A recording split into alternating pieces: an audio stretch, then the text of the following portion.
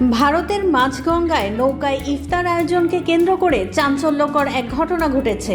ইফতারে চিকেন বিরিয়ানি খাওয়ার পর সেই খাবারের অবশিষ্টাংশ নদীতে ফেলে দেওয়ার অভিযোগে 14 জনকে গ্রেপ্তার করেছে পুলিশ। সামাজিক যোগাযোগ মাধ্যমে ভাইরাল হওয়া একটি ভিডিও থেকে এই ঘটনার সূত্রপাত। ভিডিওতে দেখা যায় সূর্যাস্তের সময় কয়েকজন তরুণ নৌকার উপর ইফতার করছেন। শরবত সহ বিভিন্ন খাবারের সঙ্গে তারা চিকেন বিরিয়ানি খাচ্ছিলেন। অভিযোগ রয়েছে, খাবার শেষে হাড়গোড় সহ অবশিষ্ট অংশ গঙ্গায় ফেলে দেওয়া হয়।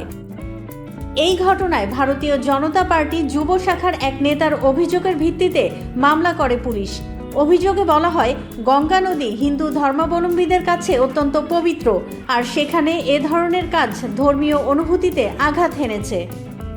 পুলিশ জানায়, অভিযুক্তদের বিরুদ্ধে ভারতীয় ন্যায় সহিংসতা এর সংশ্লিষ্ট ধারা, পরিবেশ দূষণ প্রতিরোধ আইন, সাম্প্রদায়িক সম্প্রীতি বিনষ্ট এবং সরকারি নির্দেশ অমান্যের অভিযোগ আনা হয়েছে। উত্তরপ্রদেশের পুলিশের এক কর্মকর্তা বলেন, ভাইরাল ভিডিও যাচাই করে অভিযানে নামে দুটি দল। পরে অভিযুক্তদের শনাক্ত করে দ্রুত গ্রেপ্তার করা হয়।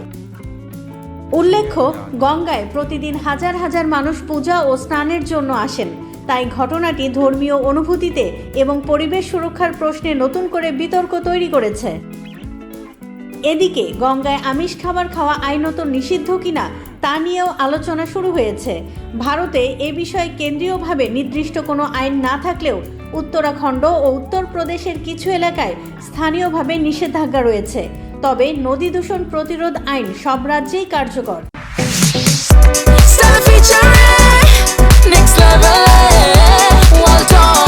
Side by side fridge.